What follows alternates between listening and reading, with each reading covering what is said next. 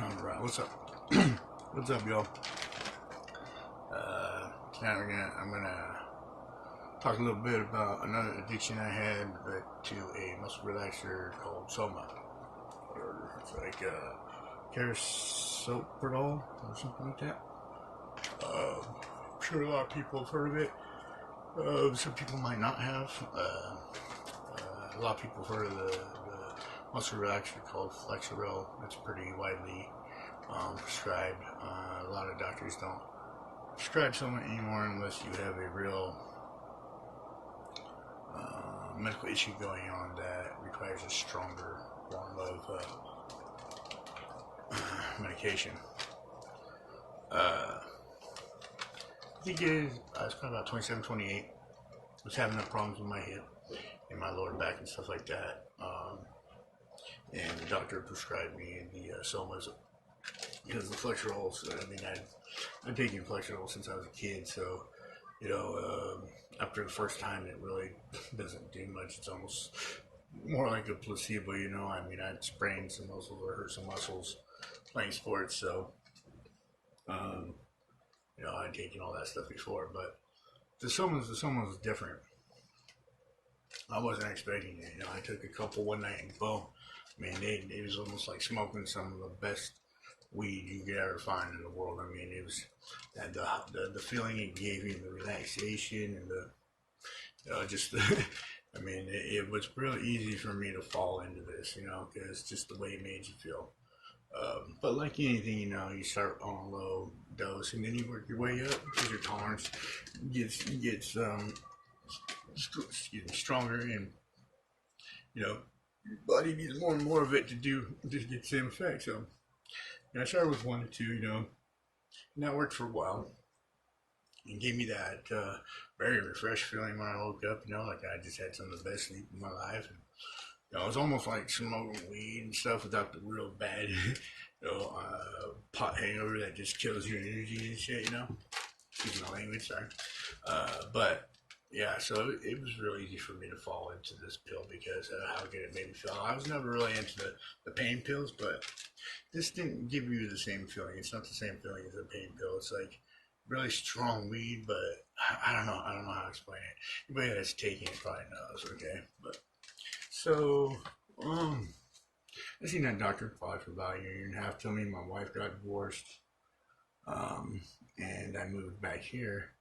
I ended up getting a doctor here, and luckily they just kept the prescriptions that I already had instead of changing them. So, well, I shouldn't say luckily. I mean, then I was saying luckily. Now I'm like, wish it would have changed this year. But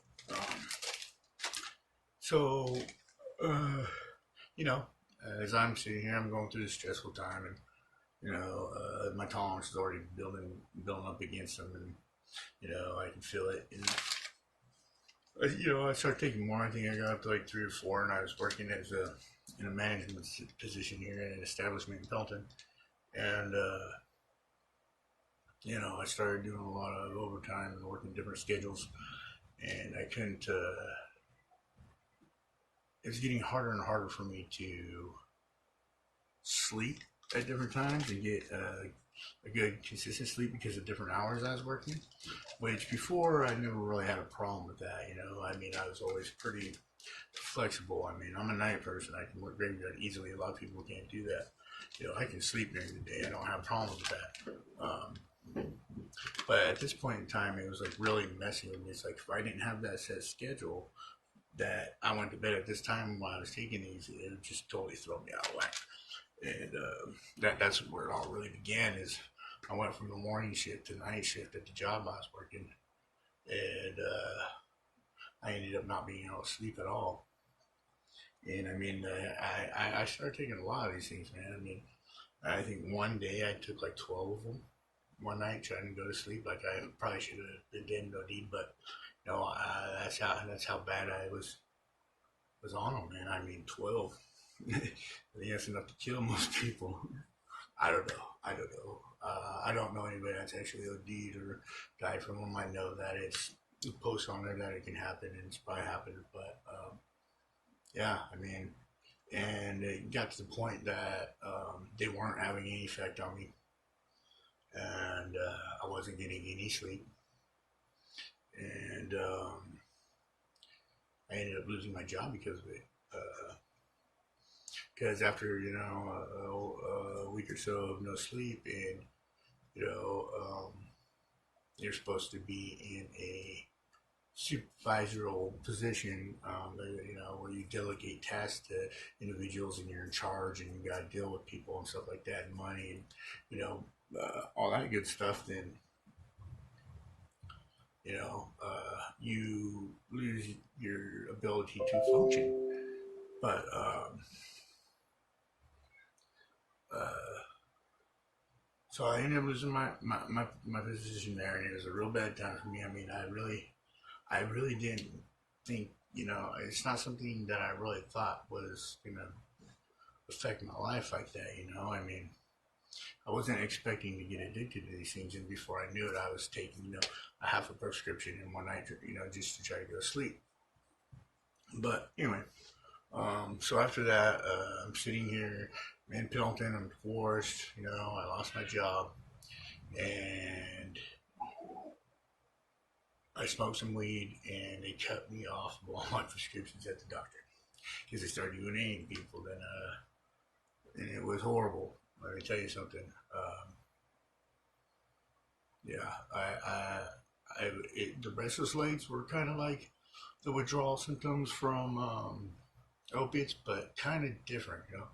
Where the ones from opiates, like, I don't know, it's weird for me. I always felt like these weird little jolts down my spine and down, and it hit my legs and make me immediately kick them and stuff, But it always started up in my spine or my head, weird stuff like that. This stuff wasn't like that. I mean, it's like,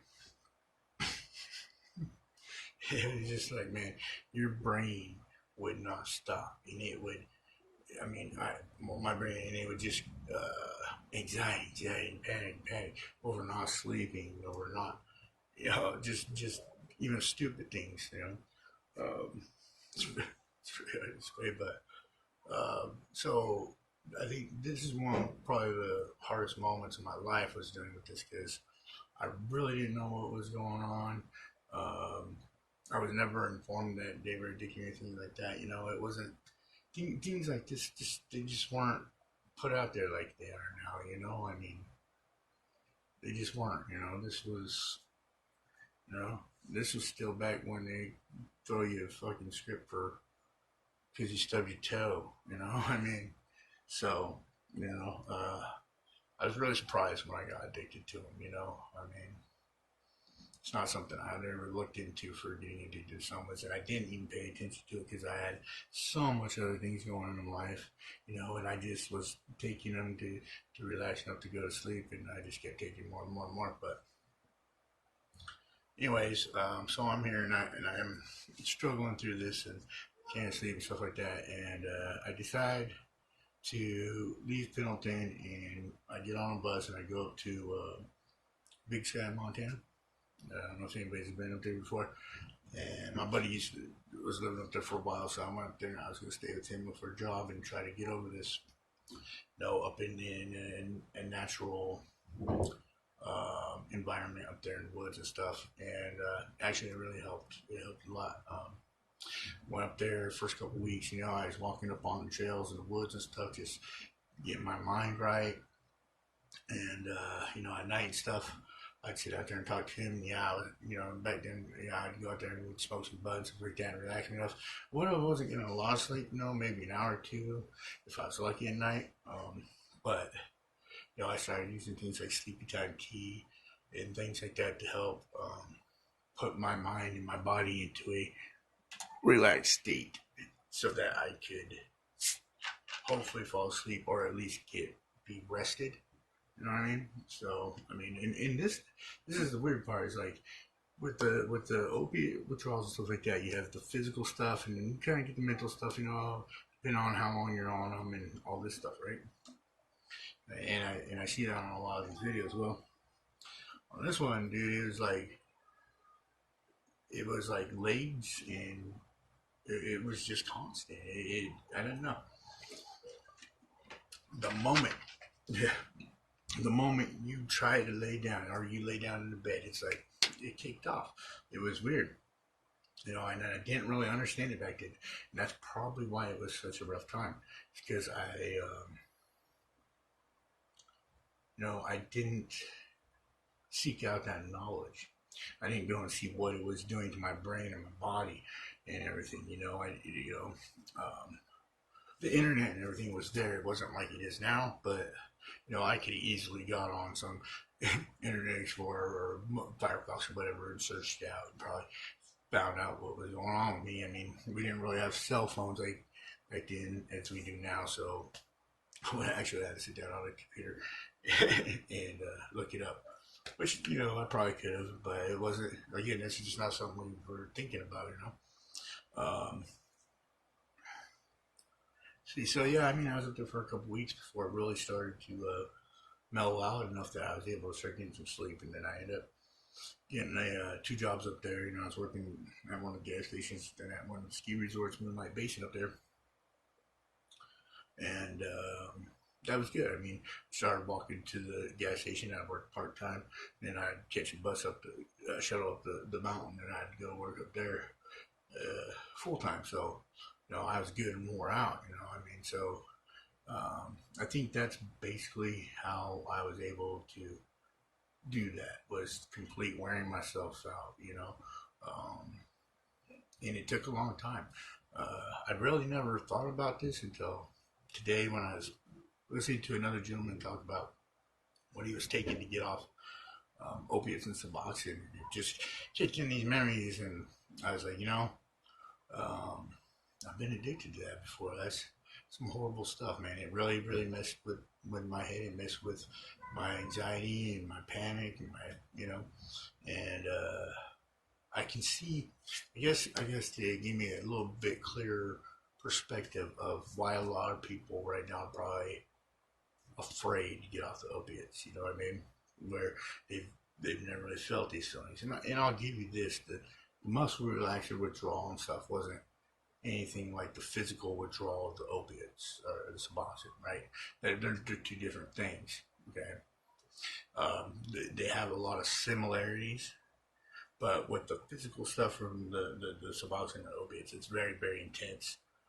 Whereas this was like, it was intense, but it was more, it's in the heart, man. It was like, I don't know how to explain it. The crazy legs were there and restless legs, but it was almost like a different feeling. It's almost more like, whereas the opiates were like a shocking, like and you gotta move that. These were more like a cramp or throb, where it's like, I don't know. It's just, it sucked, and that's another thing that happened when I started getting off the Somas as well, was I dropped things all the time. It like started making me losing my motor. I can't think about things right now, but my motor skills and my hands and stuff like that, or my leg would just kind of wobble or something like that and go out from underneath, because the muscles have been used to having that relaxer in them and stuff, that they don't know how to function properly from your brain to your spine and stuff, because it's all been shut down. So yeah, I started dropping things. I'd fall down every once in a while because my legs would just go jelly on me. Yeah, it's some weird stuff, but the main point is like, if you're gonna use this stuff to get off, that's cool. I'm not gonna hate on anybody for that. I don't suggest it. This is all on my videos. I do not suggest it. That's all I'm saying. I get a little voicious when I speak on it, and I get a little gung ho on things. But that's also the insanity of the withdrawal and coming off the drugs too. That's just how people. This is how it is. You'll get really, really your emotions will get really, really into something. You'll get really, really passionate about things, and sometimes you can come out, and I don't mean to do that to people. If you need something to help you get off it, use it. All I'm saying is use it responsibly. You're already addicted to something, and you don't want to continue this. So don't use it past certain times. And as well, just think about, anything you put into your system while you're trying to heal is going to prolong that healing, okay? It's gonna slow it down, so it's gonna take longer. Everything you have to feel, you're gonna have to feel sometime. You can block it with whatever you want, but or you just don't band-aid on something you don't want to face. So, but yeah, I mean, dropping things, yeah, legs going out, panic, anxiety, buzz head, can't relax, can't sleep. Yeah, I mean, I think I nailed pretty much everything that I had just kind of put on there.